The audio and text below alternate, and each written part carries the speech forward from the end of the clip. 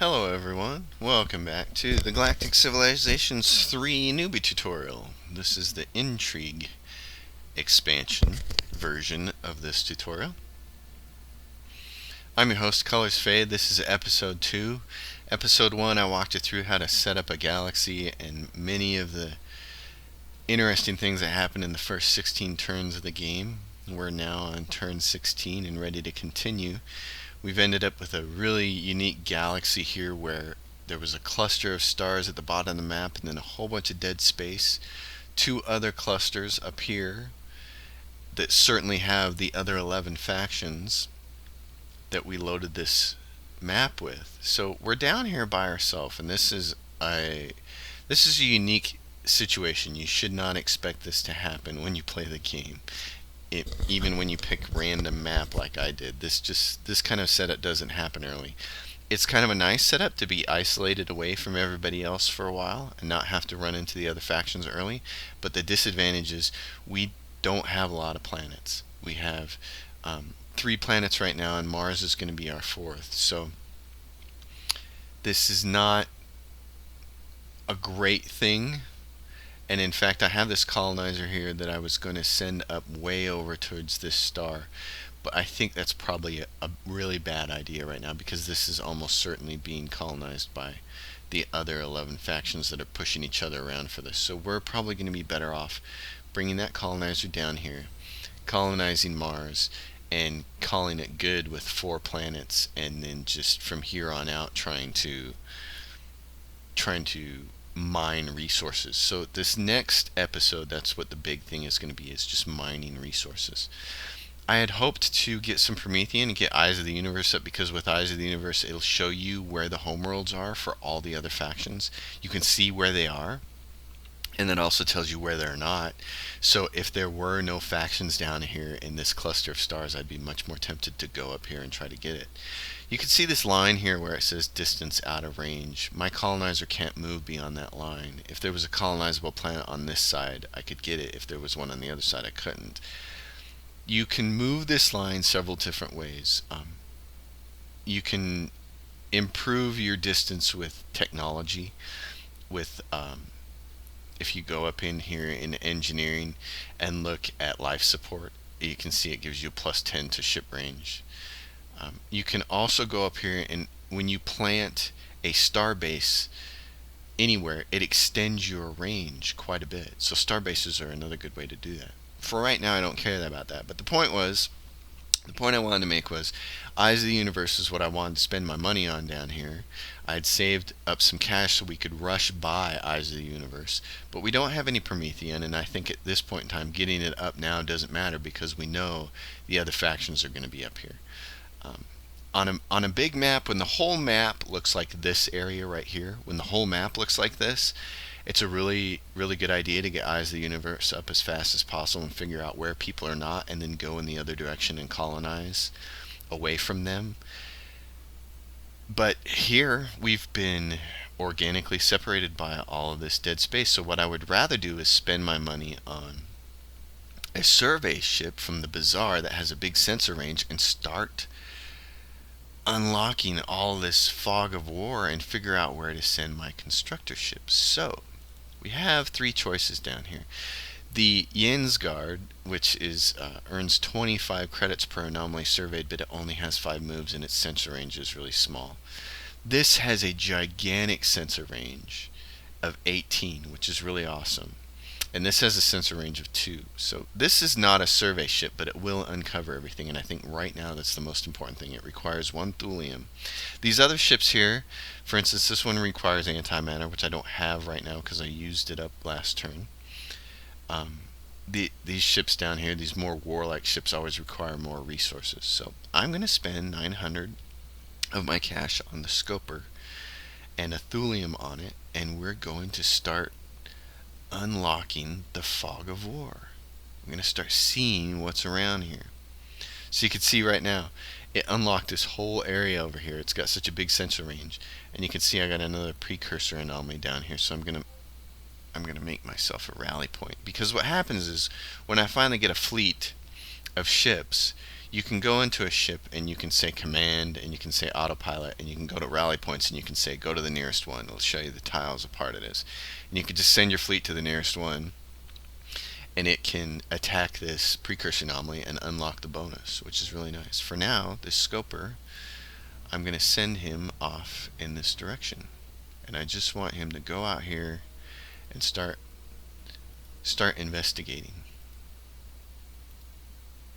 And let's see, we'll do that.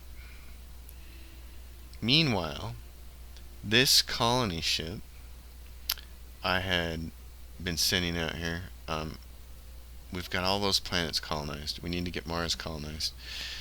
And that gives, I forgot, so I have 2 colony ships out and about. Both of them can't colonize Mars, so I am going to send that one way up here. And I'm going to hope that whoever's up here is not the Kryn, the Drengen, or worse off, the Snathi, because they're all very hostile factions. We got a computer core built on this planet. It's going to be helping with our research. You can see down here in the bottom left hand corner we have 6.5 social construction, 8.3 research, and 1.8 net income. It also tells you how much ship construction you're contributing to the shipyard that's sponsoring, and we can see the most important thing, what our approval is. What do I want to do with this planet? I want to put a city right here next to the Monsantium deposit eventually. And on the other side of that, I think would be a good spot for the Intimidation Center. So we might as well just start building it right now to make our morale improved, make everybody happy.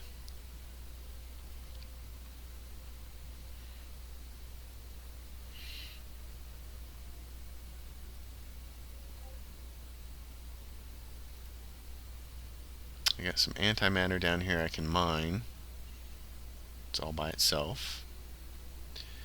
And I've got antimatter up here that, oh, and see, I could have grabbed both of those, but that one didn't show up as early. That's kind of disappointing. Oh well. I need to go up here and get this durantium. That's one of the things that we don't have yet. I also need some promethium really bad. There's another ascension crystal out here. I'm going to send this second constructor way over here in this direction, because I think over here to the east there's going to end up being a bunch of stuff in this dead space that we're going to want to mine. There's no planets there obviously, but we're going to want to do all the mining.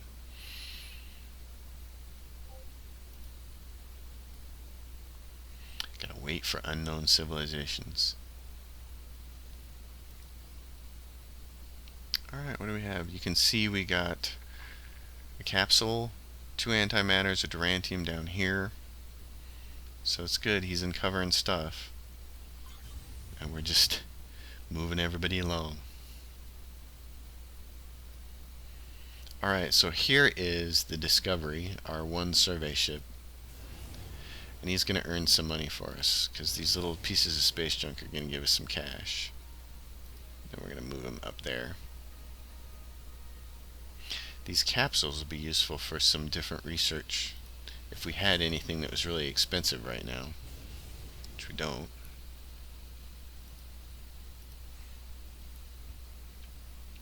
And here's our this big ship.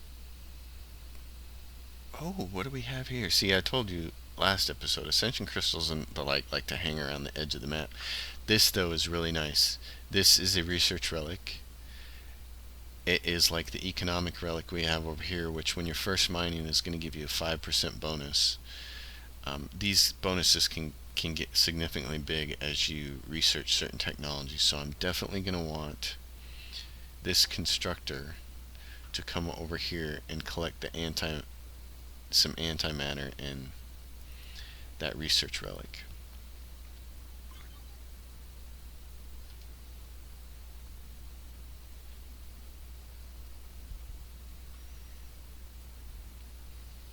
We are scheduled for an election in 5 weeks. Pollsters report that we're likely to win by a landslide. That's because I've been keeping morale up, which is great. And we got a new citizen this turn. I'm kind of torn on what to do at this point in time. I've spent the first 2 citizens on administrators, and we know we're going to need a lot more resources than we have now. But I would also kind of like to get my first scientist citizen done. And I think it may be 10 turns before we need these other two administrators, before we need more administrators than those two. So I'm going to choose a citizen. Now, what I'm going to do is go down here to the planets that I can see, organize them by sort by research. So Ziller is getting 8.7 research, Earth has 7.3, and Kanahui has 4.6. So I should put my citizen on Ziller. Here's the thing about citizens. If you leave them up here in what they call working for government, they just add 3% to your overall galaxy-wide research, which when you have a lot of research, 3% can be quite a bit. But on an individual colony, they add 30%, and they earn plus 1% per level. These guys make levels over time. So it's not uncommon to get to the end of the game. These guys have 6, 7, 8, 9 levels. So I would rather send that citizen over to this planet Ziller. To do that, I have to go to add citizen on the planet level, add him, and then he's going to take a number of days to get there. He can't level up until he's assigned to the planet, and he'll come out of Earth here on this unit transport right here. So it's going to take him like 3 turns to get over there. I typically don't like transporting these citizens around if you're at war with anybody, but we're not at war with anyone right now, so it's okay. This guy, okay, so Xeno experimentation is going to only take a turn to finish. I don't want to waste that capsule on something that's going to be done in a turn. So I'm going to come down here and look at all my other options like this. Xeno manufacturing would take 5 turns. So if I'm going to get a 15% bonus, which I did, I'd rather it happen on some research that I just started. And I got 15 more percent, so I got a total of 30% on Xeno manufacturing, which now means it's only 3 turns away, which is great.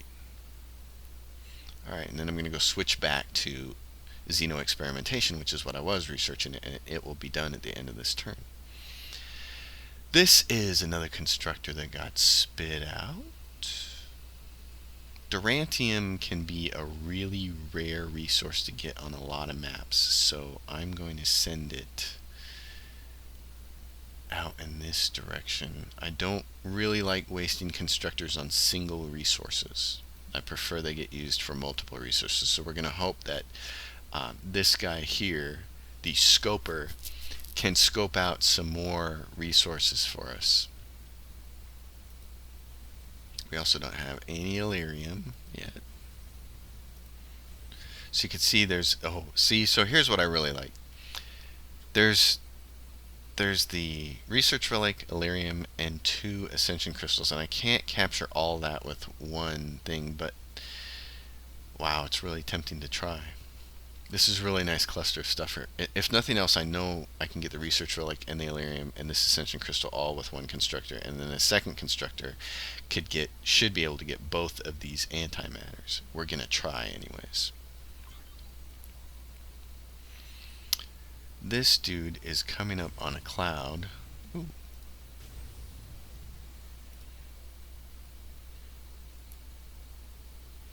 And we're gonna colonize Mars, our last planet down here. You can see we don't get an ideology event for it because it's too small, but it does have xanthine deposit, which is really important.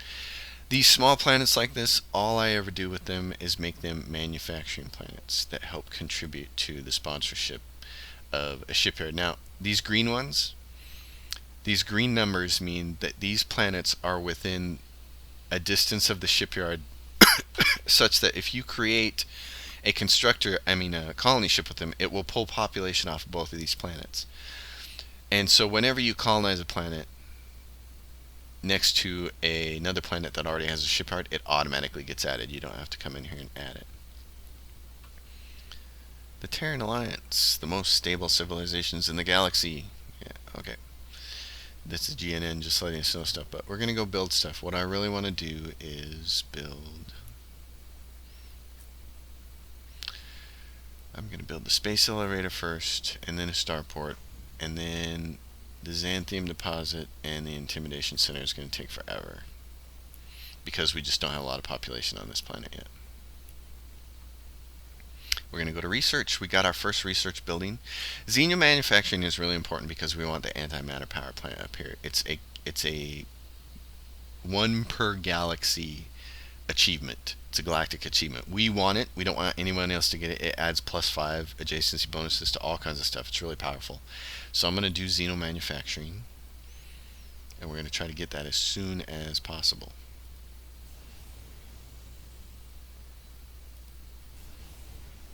Experience points and nothing else. All right.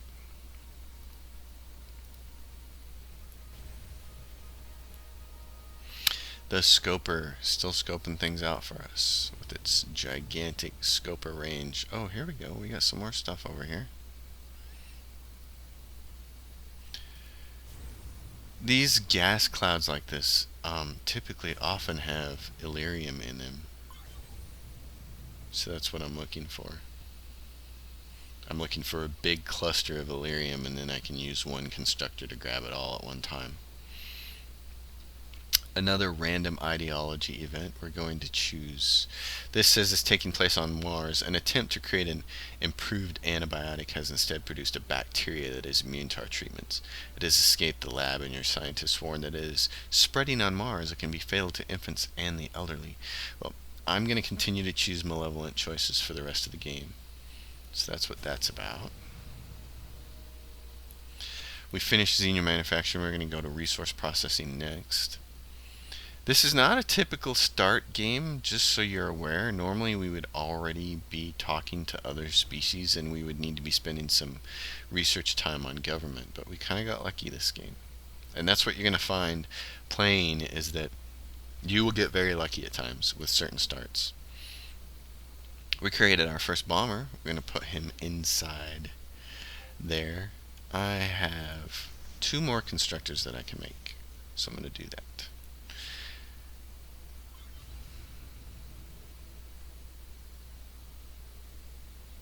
But very soon we're going to get that one colony ship way up north here, and it is going to run into someone else. And that someone else is going to make or break the beginning of the game for us. Let's see, what are we doing here? Oh yeah. So there's no Illyrium here, but we're close to another black hole that I'm going to have to circumnavigate to find out where all of the antimatter is.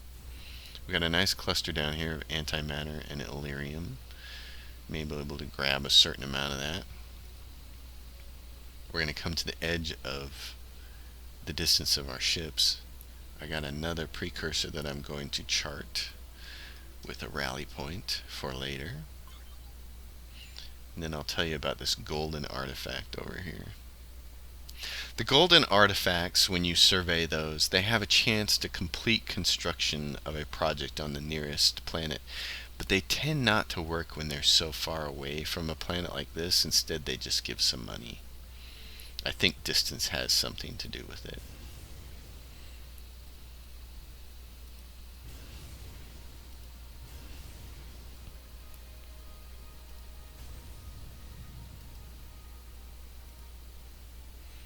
Alright, the Scoper. There's going to be a lot of antimatter on this map and not a lot of anything else. See, and again, another ascension crystal out towards the edge. I'm looking here at what I want to do. I think the safest bet is to just keep sending these ships in this direction, eastward. Resource processing. So we got the antimatter. We can make the antimatter plant. We need to get that happening now. The next thing is planetology is a really good one because it only takes 3 turns to research. It gives you the deep core mine, which is awesome. But we also need to start thinking about interstellar tourism, which now, thanks to our research, is only taking 14 turns. So we got to go through Universal Translator to get it. So I'm going to do that. But immediately we're going to go down to Earth. Your homeworld will always be your biggest, almost always be your biggest producer planet. The only way you can exceed it with a different planet is a precursor world if you have the precursor DLCs installed. So this is where you want to put your best, your very best, most powerful manufacturing things. We don't have enough antimatter because I'm not earning enough in a turn. Okay. I need to get some constructors out then. So we can't build it yet. I need to get... Oh my goodness. Get over here and get this antimatter. Get it as soon as possible. It'll take him 4 turns to get over there. Alright. So that's what I'm going to try to do, is get the antimatter. I'm hoping I should be able to get both of those antimatter with a single constructor. Our survey teams are reporting a vast increase in the amount of wormholes that they're encountering. There have even been reports of ships using them to explore the far beyond our borders. These are great things. They give you ideology choices. We're going to choose Malevolent. The wormholes you can see now just showed up. They're right there. And what happens when you go through one with, you need a survey ship, or you need a survey module on a ship if you want to make your own. It'll take you somewhere else in the galaxy. It may not be where you want to go. And it could be somewhere quite dangerous. So I tend not to go through them, but you can always experiment if you want to. Universal Translator. There's a golden anomaly. We'll gobble that up and you'll get to see about that. Oh, look at this. There's all kinds of junk, space junk over here. It's just great. It's chock full of things. Here is a really, really great... Oh, when you have... This is great. There's an Illyrium and 3 antimatters, and you probably can't position a constructor in there to get all 4 of those, but there is a trait that I have on my custom races which expands the area of constructors by 2. Makes them bigger by default. You can also research technology up here in engineering in the let's see, it's under life support, and if you go to support field mastery way down here, you can get this support field stabilization. It adds extends Starbases area effect by 2, and then if you go to exploration extension, it extends it to another 2. But those take a long time to research, which is why I prefer to play with a custom race that has a bigger area of effect to begin with. And that is in fact something my custom race has. This is... I'm going to try to get both of those antimatters and this Ascension Crystal with this one constructor. Oh, so here's our first election. We've been keeping morale up. The green is good, it's us. The Labour Party got 8% of the vote, and the Homeland First Party got 4% of the vote. So we did good in our first one. We get another random ideology event. I'm going to continue to choose Malevolent. If we're careful here, oh, we're not gonna be able, yeah, we are. Yep, we're gonna be able to move in and get that, so that's great. We got the Universal Translator.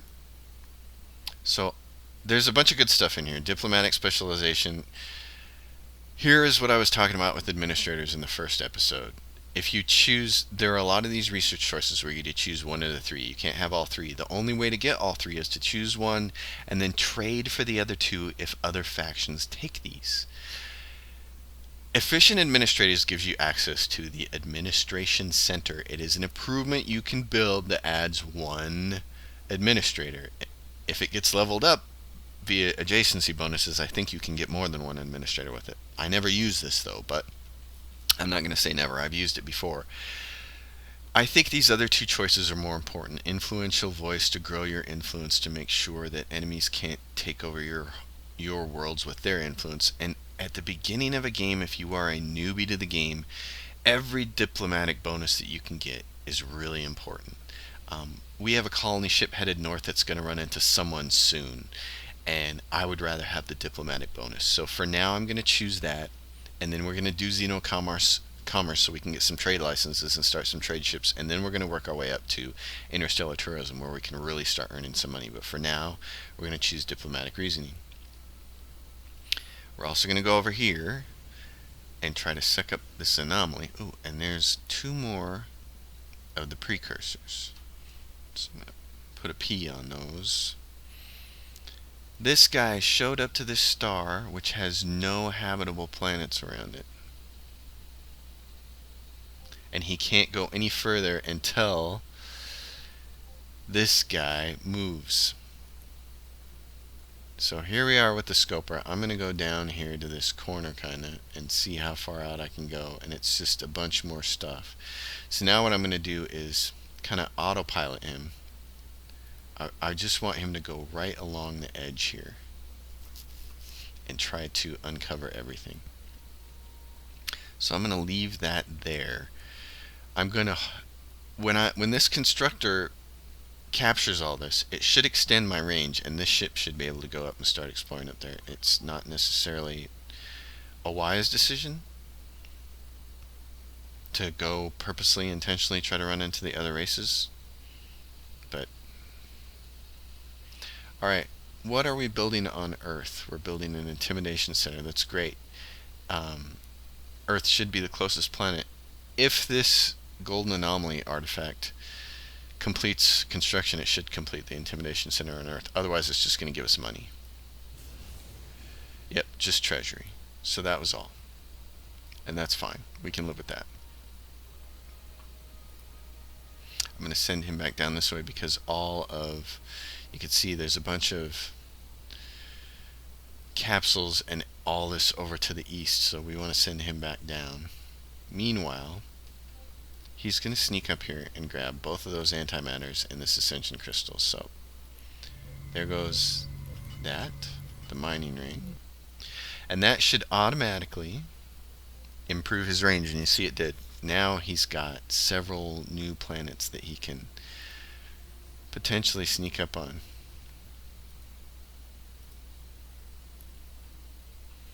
And I've got more constructors coming up.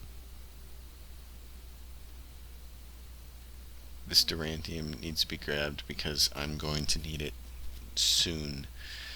I'm going to need that Durantium soon, and I'm going to need a bunch of other stuff. Oh, but I need this. I need this antimatter way out here. Alright. We should be getting another citizen in about 3 turns, and I can make another administrator, and we can really pump out the constructors.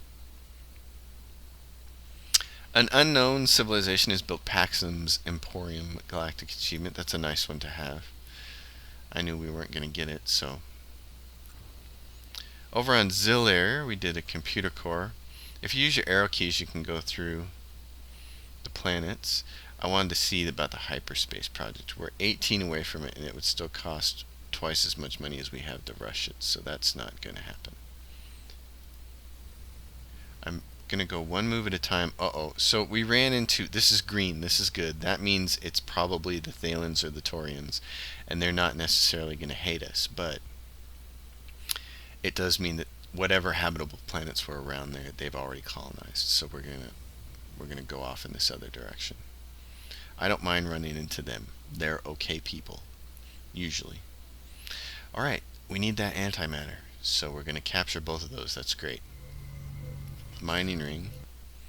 So you want to go back to Earth and get this really important galactic achievement, the antimatter power plant. We're going to start building it right there.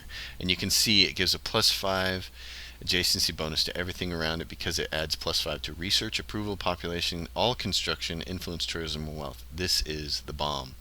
That makes our starport a +6. It makes the space elevator a +6. It makes our farm a +5. And so since the intimidation center was halfway done being built, I'm going to take it and pull it down so the antimatter plant gets worked on right now. I want that to be built as soon as possible.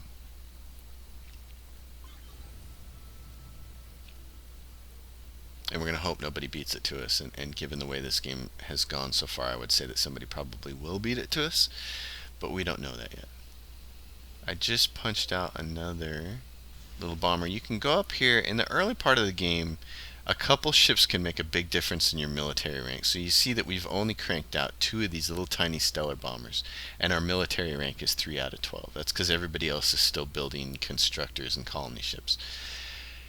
Your military rank determines to another faction whether you are quote-unquote ripe for conquest. And the more ripe for conquest you are, the more likely hostile factions are to want to go to war with you as soon as possible. So you want to create a few warships early just to keep some of the more hostile factions like the Drengen and the Kryn and the Snathi off your back.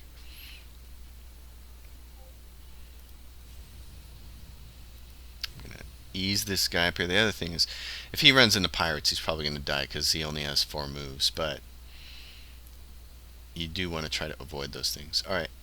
Diplomacy down here takes 5 turns, and it gives you a couple of nice things like some new governments. It gives you access to the Interstellar Republic, which has a +10 bonus to research. Gives you the most important thing, +2 trade route diplomacy. So let me talk about this up on the government screen. We talked about how in the first episode, these first 4 up here, these are the first 4 governments that everybody has access to, and really everybody only gets these first 2 choices unless you have bureaucrats or ancient as racial traits. So really it's just these first 2. The next tier of governments allow you to have a colony limit of 12 or 18. There's media assimilation, which is really strong for influence growth. If you are in a crowded portion of the galaxy with a lot of neighbors pressing down on you, they're probably going to be using media assimilation to try and overtake you. You want to use it back to push their borders back. You can't declare war with it, but you can send missions. The biggest drawback is it doesn't have access to the galactic market. Interstellar Republic does have access to the galactic market, and I'm going to show you why that's a powerful thing. We need the diplomacy tech to get to it. But the other thing with this is the trade route diplomacy. For every trade route you make, you get a +2 diplomatic bonus. That's huge. What you want to do then is make trade routes only with the hostile factions. Believe it or not, you want to trade with the people that don't like you, and it'll help them like you better. Like our colonial government, it holds elections, so you have to keep people happy. But the galactic market is enabled, and you can send missions. You cannot declare war on anyone else. Won't stop anybody from declaring war on you, though. But we want to go after that. That said, we're hemorrhaging 8.2 credits per turn. So for me personally, even though diplomacy is really important right now, I need to start working towards interstellar tourism. So I'm going to go up to cultural exchange. And I'm going to have a new citizen, and I'm going to make an administrator. And that is going to allow me to go down to the shipyard and put these bombers back down the list and make constructors instead. The scoper got expanded a little bit because we created this starbase out here to grab this antimatter, so he can go further to the west now, which I kind of want to do because I just see he's making, wow, there's a bunch of antimatter and Elerium on this map, lots of it. Oh, and here's a culture relic. These are nice. These help grow your influence as well.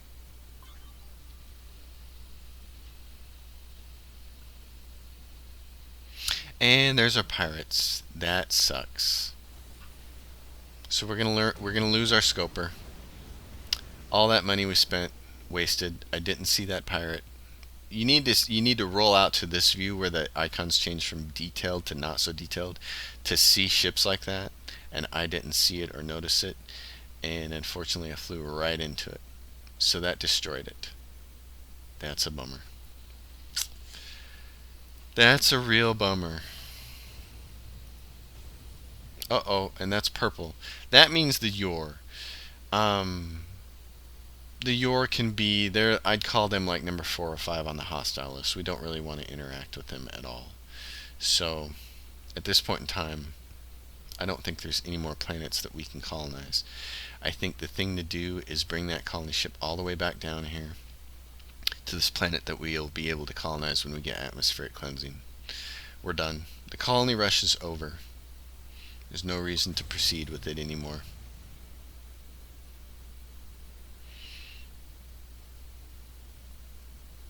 Fast turnaround. So adept your people are at the art of colonization that they were able to quickly generate a new colony ship from spare parts without anyone noticing. We get a free colony ship. We don't need it. We're kind of like done. So there it is, the free colony ship. I guess send it over there.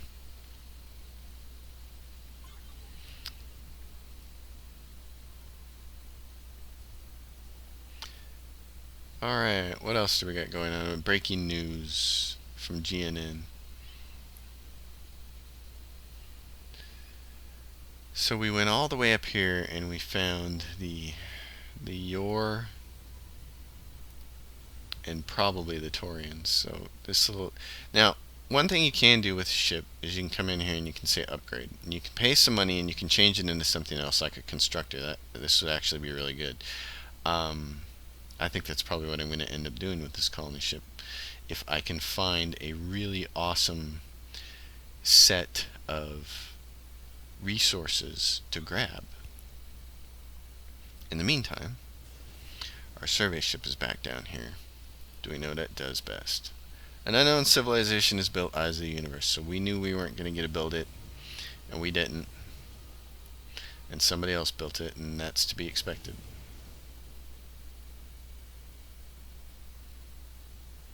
We got cultural exchange, that's great. Cultural influence takes 6 turns. We're working on it diligently. I'm going to go up here and check this planet out.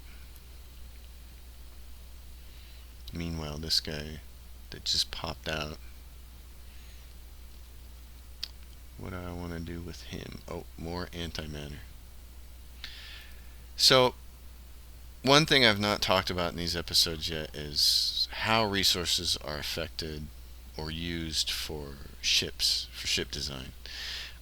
Resources are used in making warships and in specifically the different types of technologies. So if you go up into warfare, you'll see you have 3 different kinds of weapons: beam weapons, missile weapons, and kinetic weapons. Kinetic weapons require thulium to make, missile weapons require antimatter, and beam weapons require Illyrium. The type of weapon that you specialize in can often depend on what resources are available. If you have a whole bunch of antimatter on a map, it makes sense to make a lot of missile weapons. That said, you can, as you further on research down into this line, you can get into the weapons, for instance, when you get to harpoons, where you can have prototype antimatter missile, a harpoon which uses an antimatter to make, or a phoenix missile which doesn't require any antimatter to make. It has the exact same threat and damage as the harpoon. It doesn't have the antimatter requirement, it just costs a little bit more to make. The missile cost is 90 versus 60 on a harpoon. So you can get away from using resources to create these things.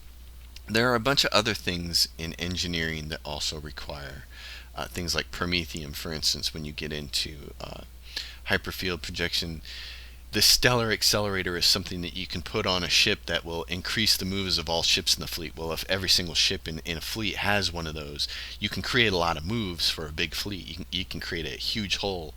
You can create 5 huge hull ships in a single fleet, and they can have like 50 moves for the whole fleet. It's great, but it requires promethium. So on this particular map, there's a lot of antimatter. I'm going to be focusing mostly on missile weapons early, for sure.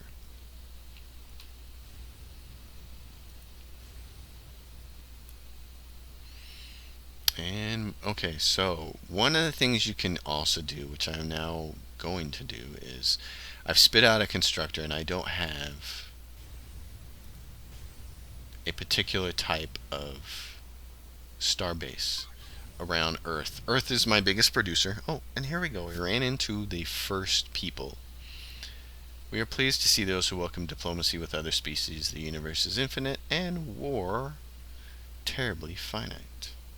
We are reasonable and open to new deals. Opens trade. So now you can start diplomacy with other races. And you can do things like trade. You can see what they have. So remember at the very first episode, we turned off the ability to... we turned off trade brokering, which meant they could only trade the technologies that they themselves researched. They couldn't trade, for instance... She can't trade for diplomatic reasoning with me and then turn around and trade diplomatic reasoning to some other faction. She can only trade these things that she's researched. If you don't turn off trade brokering as a new player, what's going to happen when you run into these factions? They're going to have a whole big list of techs that you don't have. And it's not because they research them any faster than you. On normal AI, you all are going to research at the same rate. It's just that they've gone in and traded and traded and traded. I prefer not to trade certain technologies. I won't trade hulls. I won't trade weapon tech. I generally won't trade war techs with my enemies. But there are certain things that I will trade, like diplomatic reasoning and such. Now, she has environmental engineering, which gives you planetary soil upgrade, which is one of the first terraforming techs that you can get. She also has orbital manufacturing for small hull size. She has xenocommerce, which we want, and militarization, which we eventually want. Um, Resource processing over here on our side, that's how we got the antimatter power plant that we're trying to build on our homeworld. I don't want her to build that before me, so I'm not going to trade her that technology. Xeno experimentation, though, is just the galactic mainframe and the Xeno research laboratories. I'd be happy to trade her that. Open borders is something that you want to keep with all races to help keep them friendly. It allows each other's ships to pass through your respective territories without diplomatic penalty. If you don't have open borders and your ships fly into their zones, they will get mad, and that will make hostile factions go to war with you. So I want to give her open borders, and I will think about giving her, I want to see if she'll give me environmental engineering. Now you can see that the thing is skewed way in her favor. I can give her cultural exchange, but then I'd have to give her money, and I'd still have to give her most of my money to get environmental engineering. So if I don't do that, will she give me xenocommerce? No. I'd have to give her cultural exchange. In exchange, I would get xenocommerce. I would give 2 things away plus open borders in exchange for xenocommerce, which would only take me 5 turns to research. So the question is, do I really want to do that? And for those 2 techs, I'm okay doing that with her. So she's going to give me 50 cash on top of that, and that's going to be our first diplomatic relation. Now, back to this constructor. Constructors can be built a certain distance away from other constructors. You can see that I can build it right there. If I go there, I can't. So that's too close. They have to be a minimum of 4 tiles away. But if I'm 4 tiles away, like that, Earth and Mars are both inside my sphere. If I create a starbase here that can affect both of these guys, so I'm going to construct a starbase, and I'm going to create an economic ring, and they're both going to be affected by that. And so I can put a starbase factory and a starbase market on them. When I get the durantium that I need to so desperately mine, you can see that these starbase improvements require resources. So that's a huge reason why we need this durantium up here, and I need to just go get it and quit wasting my time. So that's what I'm going to do. I'm just going to go get it. This ship down here, this colony ship, we're not going to get to atmospheric cleansing for a long time. So what I'm probably going to do with that ship is upgrade it to a constructor. So I'm going to send it over here to grab these 3 things and upgrade it to a constructor instead. And he's going to keep surveying. Survey says, Mr. Richard Dawson, the best of all time. This ship was inching around here, poking. Oh, and there's the Yor. They got that too. So there's no reason to even be there. So I'm going to bring this ship down. And I'm also going to upgrade it to a constructor when it gets down here, and it's going to grab resources instead. This ship needs to come up here.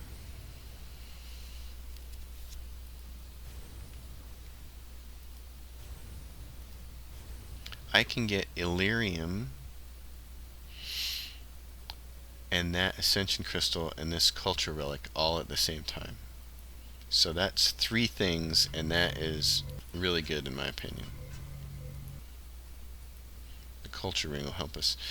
Here spits out another one. I need more Durantium, so he's going to have to come down here. I don't think he can get the Durantium and that Ascension Crystal at the same time, but it's worth trying. Do we get our first Illyrium mine?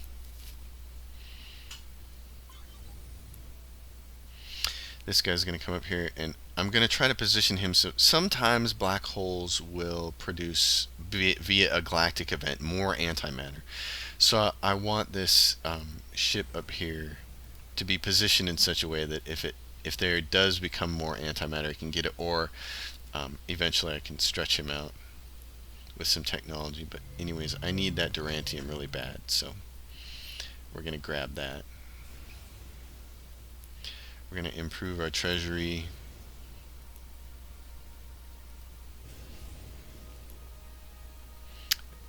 Oh, they're just cranking them out one at a time. It's great.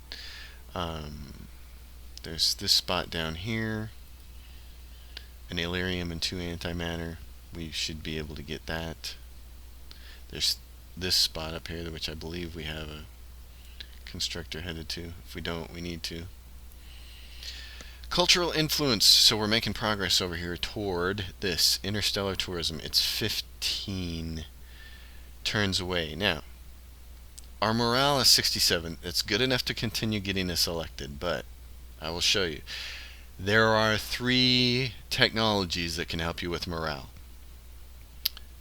So, one of them is political specialization after interstellar governments. It's populist party, and it gives you a morale boost of plus 5%. This is great. You want to get that. One is right after commerce specialization, supportive population, morale plus 1. This is also great. These 2 are key, and they come early. You want to get them soon.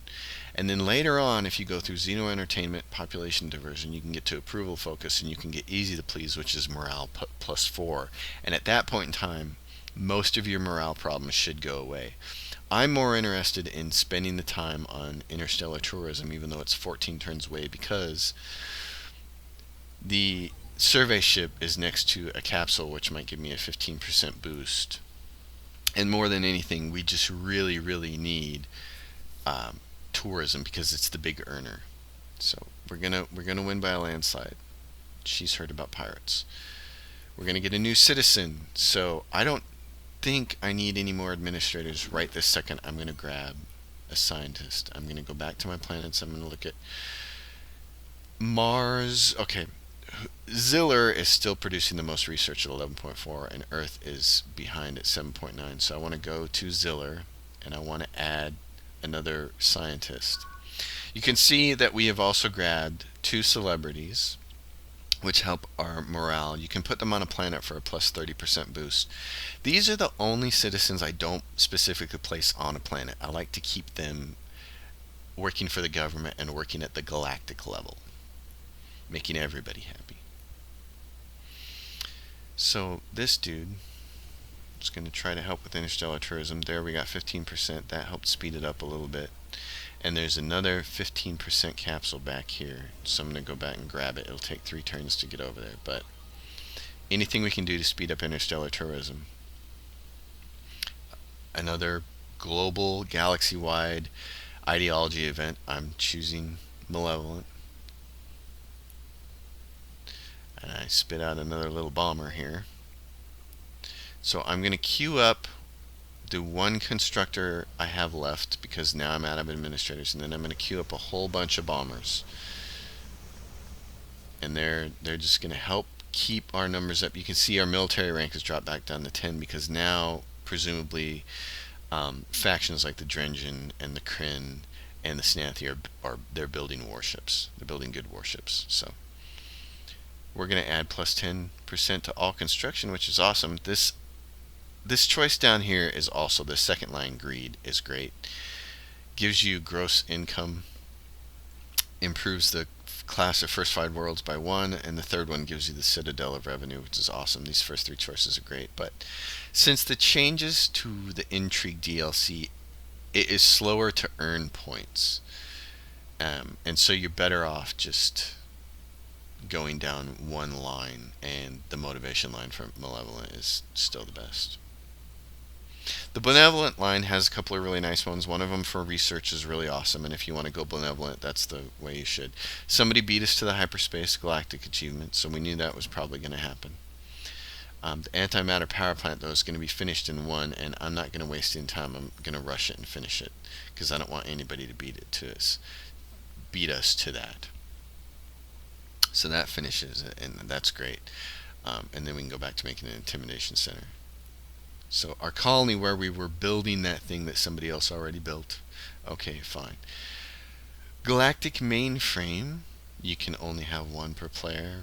It doesn't have great adjacency bonuses, so it doesn't do any better in a Xeno research laboratory. But anyways, we want to put these research labs here. That was the whole point of this planet, was to do research. And then we're going to put an intimidation center down in the corner. When you have isolated tiles like this, these are great places for intimidation centers. And now you can see our sphere of influence has encompassed Kanahui 1. It's still not very strong here, and this planet is only pumping off 94 influence a turn.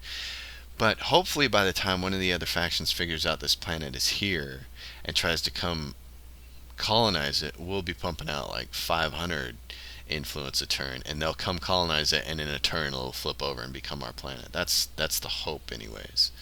Alright, I'm making all kinds of I'm making one more constructor, and then after we get done making those constructors, we're going to set the rally point to the shipyard, so each of these bombers just automatically goes in there.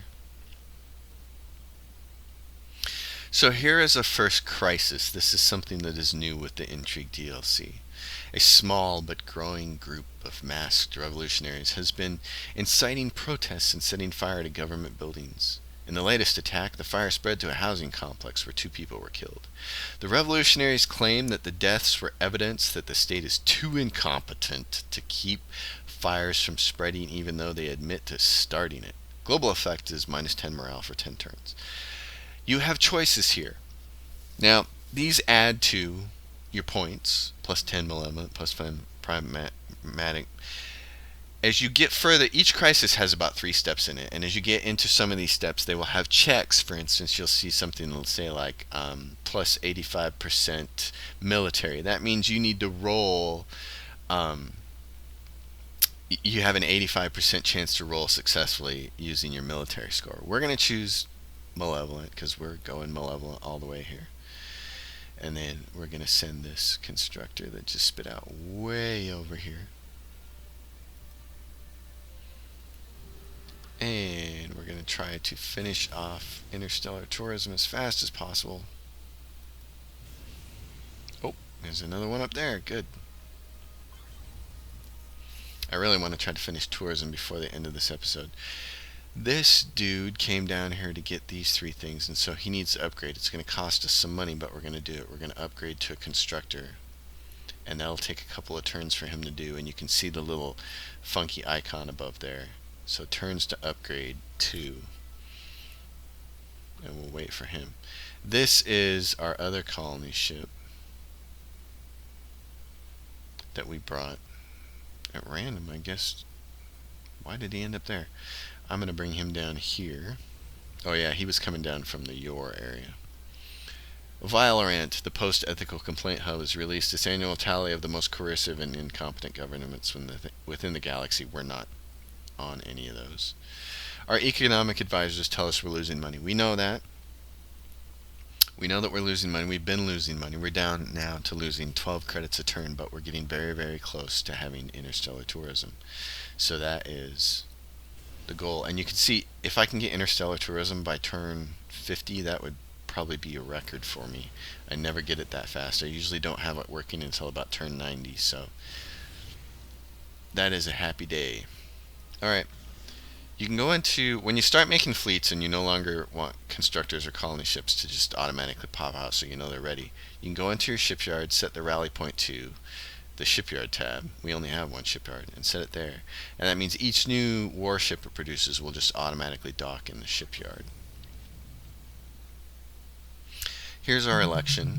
We're not going to do as good as we did last time, but we're still going to do good. But we're starting to take a hit at 57%, so we want to get tourism done being researched so that we can research the morale improvements. I don't want to go any further north and run into the Yor, so I'm going to turn around. This constructor is now built. This is wonderful. We're going to get, oh brother, we can almost get, look at that, I'm 1 away from getting that Ascension Crystal. If we get the expansion tech later on, we'll be able to expand and pick that one up if somebody doesn't beat us to it. So I'm going to pick those up.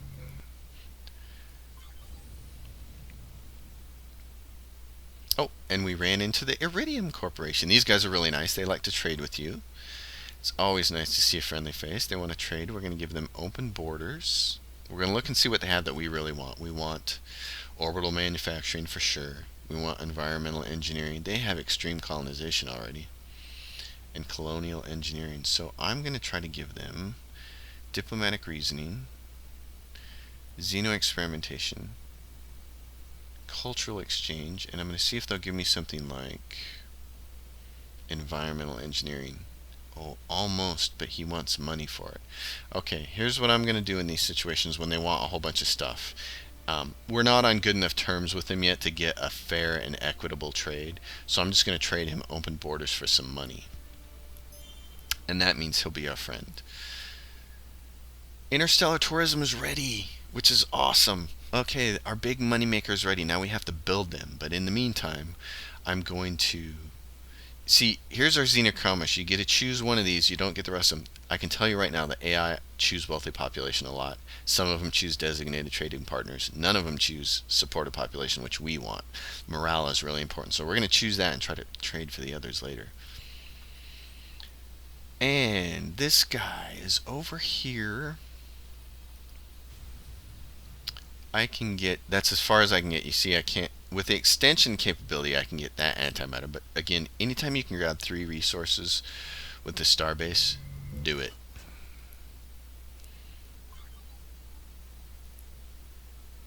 And this guy is ready to, oh, I need to upgrade him too, but we're also losing turns. I'm going to have him hold. I'm going to finish this episode by showing you how tourism works.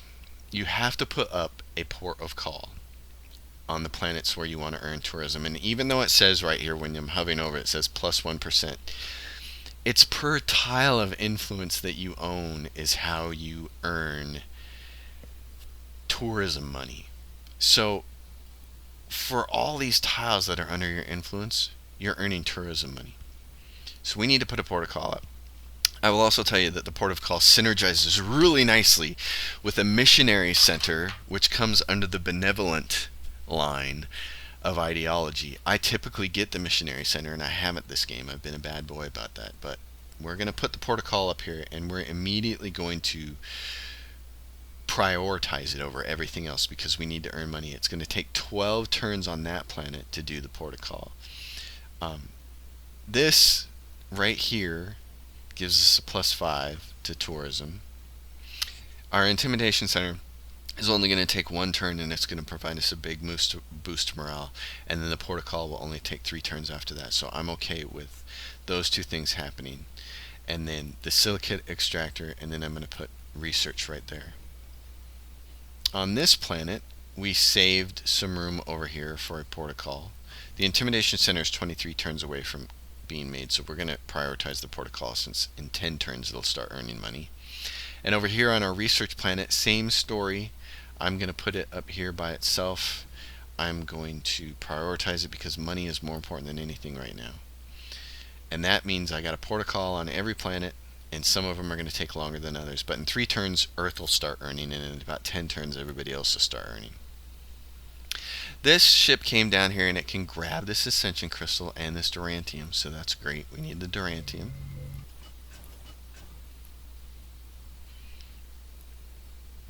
And this ship over here, I'm 3 turns away from Earth earning, so I'm going to upgrade him to... Oh, I can upgrade him to a freighter trade ship, but that's not as important. I want the Constructor, so I'm going to upgrade the Constructor. That really knocks us down money-wise. There's a couple other things we can do. We can adjust our tax rate. We've been sitting at the more neutral 25%, and we could go up here, but I'm not going to. I'm going to leave it at 25%.